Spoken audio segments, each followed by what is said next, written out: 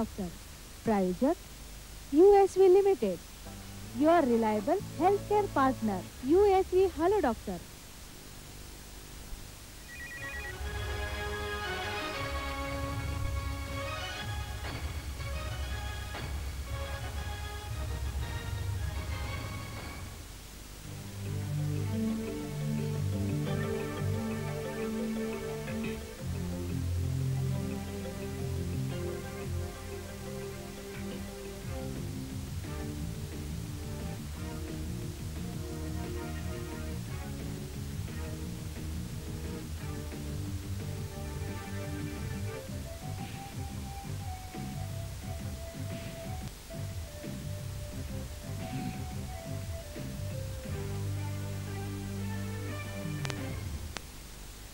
नमस्कार. USV hello doctor मध्ये आपणा सर्वांचं स्वागत.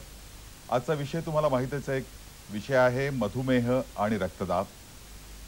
तुम्हाला कल्पना आहे की USV लिमिटेडच्या वतीनं USV कंपनीच्या वतीनं जी आपण जनजागरण मधुमेहाच्या अनुषंगानं चालवलेलं आहे, या मधुमेहाच्या जनजागरणाच्या निमित्तानं अनेक कार्यक्रम आपण केलेले आहेत आणि मधुमेहींची संख्या भारतातली किती मोठ्या प्रमाणात वाढतीये हे पण तुम्हाला माहिती आहे.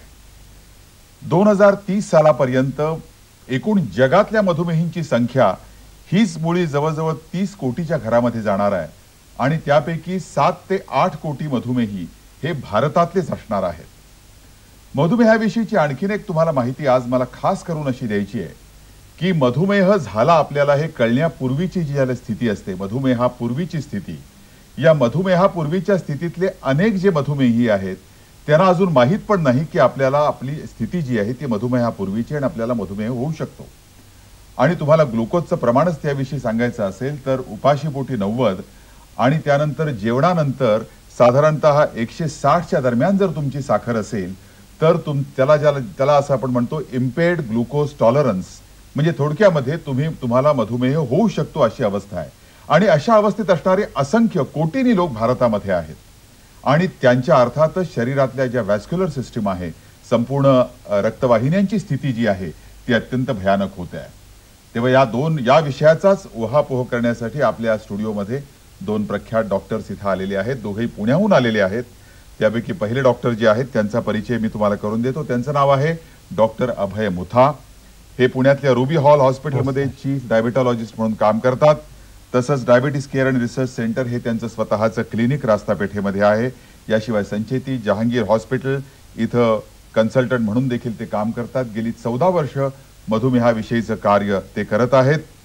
त्याचप्रमाणे जन्मतः मधुमेह असलेल्या मुलांना त्यांनी जो एक प्रकल्प स्थापन केला, diabetes care and research foundation, याच्या माध्यमातून त्यांना दत्तक घेतलं जातं आणि त्यांच्यावरच्या सगळ्या ज्या चाचण्या असतात, त्यांच्यावरचे उपचार असतात, त्यांना जे इन्शुलिन द्यावं लागतं, हा सर्व खर्च त्यांच्या या फाउंडेशनच्या वतीनं करण्यात येतो. गेल्या वर्षी झालेल्या डॉन या आंतरराष्ट्रीय परिषदेला भारतातल्या फक्त 2 डायबिटॉलॉजिस्टना आमंत्रित केलं होतं आणि त्यामधले एक डॉक्टर अभय मुथा होते. दुसरे डॉक्टर जे आपल्या आजच्या पॅनलवर आहेत त्यांचं नाव आहे डॉक्टर अनिरुद्ध चांदोरकर.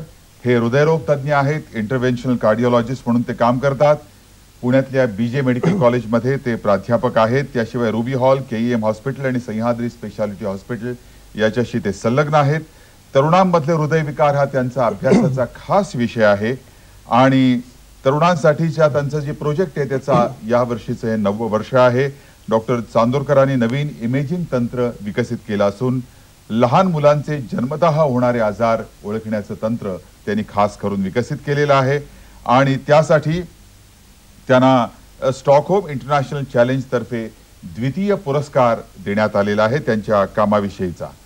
तर कारण इंटरनेटच्या माध्यमातून देखील जे एक सेकंड ओपिनियन आपण देतो लोकांना की तुम्हाला जर एखाद्याला हृदयविकार झाला असेल तर त्या संदर्भातलं जे तंत्र विकसित केले त्यासाठीचा हा स्टॉकहोम इंटरनॅशनल चॅलेंजचा द्वितीय पुरस्कार त्यांना देण्यात आलेला आहे. तुम्हाला माहितीच आहे या डॉक्टरांशी बोलायचं असेल तर आमचे दूरदर्शनचे नंबर ते तुम्ही ताबडतोब लिहून घ्या.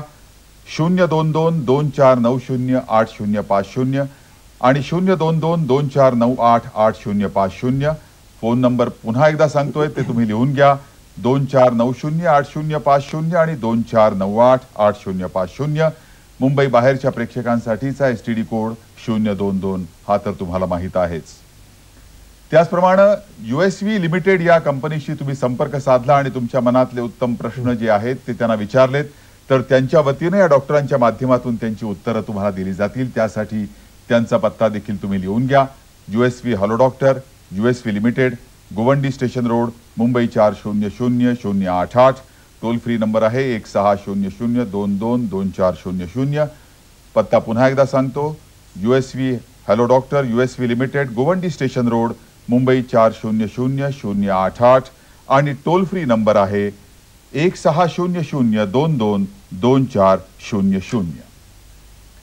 आता पहिला प्रश्न जो आहे तुम्ही डॉक्टर मुथा यांना विचारतोय. डॉक्टर मुथा, मधुमेह आणि रक्तदाब याचा नेमका संबंध काय आहे? मधुमेह आणि रक्तदाब हे दोन आजार असे आहेत की त्यांचा फार एकमेकाशी फार जवळचा संबंध आहे. मधुमेह झाल्यावर आपल्याला रक्तदाब व्हायची शक्यता आपोआप वाढते. तसंच आपल्याला जर फार वर्ष रक्तदाब असेल तर त्या व्यक्तीला सुद्धा मधुमेह व्हायची शक्यता आपोआप वाढते. मधुमेह आणि रक्तदाब हे आजार वेगवेगळे दिसण्यापेक्षा एकत्र आपल्याला आढळण्याचं प्रमाण फार जास्त आहे. आपल्या देशात एकूणच मधुमेहाचं निदान इतक्या उशिरा होतं की आमच्याकडे येणाऱ्या पेशंटना जवळपास 40 ते 50% लोकांना ब्लड प्रेशर किंवा रक्तदाब हा सुरुवातीपासून असू शकतो. बरोबर. मी जर एक म्हटलं की आपल्याला जर मधुमेह असेल तर रक्तदाब आपोआप येणारच ही अतिशयोक्ती ठरणार नाही. बरोबर आहे. डॉक्टर चांदोरकर, मधुमेहाचे जे दुष्परिणाम जे होतात, आता मधुमेहीमध्ये जर रक्तदाब असेल तर त्यामध्ये शरीरात होणारे जे दुष्परिणाम होतात त्याविषयी तुम्ही काही सांगाल का? हे दुष्परिणाम जे आहेत ते आपल्या नजरेला दिसतातच. उदाहरणार्थ आपण जेव्हा तपासण्या करतो, रक्तवाहिन्यांच्या तपासण्या, ECG, स्ट्रेस टेस्ट किंवा डॉपलर यासारख्या ज्या तपासण्यांनी आपण पेशंटची चाचणी घेतो तेव्हा तर दिसतातच.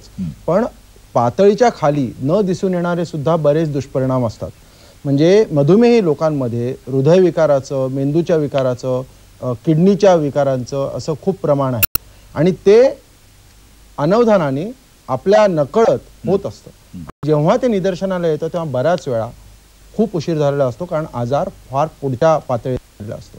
आणि हा जो शरीर आतून पोखरला जाण्याचा जो प्रकार आहे तो मधुमेहाचा सर्वात भयावह पार्ट. आणि तो पेशंट्सनी, रुग्णांनी तसंच डॉक्टरांनी नीट समजून घेतला पाहिजे. पेशंटना जर का चाचण्या वारंवार करायला लागल्या तर त्याचं वाईट वाटून घेऊ नये. बरोबर. मग तपासण्या केल्यामुळे आजार निदर्शनाला येणारे हे पेशंटला एक मनात शल्य असतं. त्याही पेक्षा डॉक्टर म्हणून मी म्हणेन की फार आजार पुढे जाण्यापूर्वी तुम्हाला कळलं हेही नसे थोडं की. बरोबर. प्रश्न आता आपल्याला यायला सुरुवात झालेली आहे. अहमदनगरहून चंपालाल आपल्याशी बोलतायत. चंपालालजी बोला. हॅलो. हा बोला. Hello doctor. हॅलो. चंपालालजी, तुमचं बोलणं ऐकू येते, सांगा तुम्हाला काय म्हणायचंय. डायबिटीज वर शुगर वाढणे किंवा कमी होणे याची लक्षणं काय? हॅलो. हा फार चांगला प्रश्न आहे की सगळ्यात मोठा प्रॉब्लेम आहे की साखर कमी झाली तर हे ताबडतोब त्या पेशंटला त्या मिनिटाला समजतं. पण अनफॉर्च्युनेटली साखर आपली वाढलेलीच आहे हे पेशंटना वर्षानुवर्ष कधी कधी कळत नाही. बरोबर. साखर वाढली तर आपल्याला एक प्रकारचा थकवा, अशक्तपणा येतो, एकदम वजन कमी व्हायला लागतं, शरीर ड्राय होतं, इतपत सगळं ठीक आहे. पण साखर कमी झाली त्या मिनिटाला पेशंटला समजायला लागतं. आणि सगळ्यात महत्त्वाचं त्यावेळेला एकदम दरदरून घाम फुटतो, हातापायाला एकदम अशक्तपणा येतो, थकवा यायला लागतो, चक्कर यायला लागते, पोटात एकदम भूक लागायला लागते. आणि जर साखर फार जास्त कमी झाली, जर 60-70 पेक्षा जर कमी झाली तर पेशंट कधी कधी बेशुद्ध होऊ शकतो आणि 30-40च्या खाली गेलं तर पेशंट कधी कधी कोमात सुद्धा जाऊ शकतो. बरोबर. एक मला असं विचारायचं आहे डॉक्टर चांदोरकर की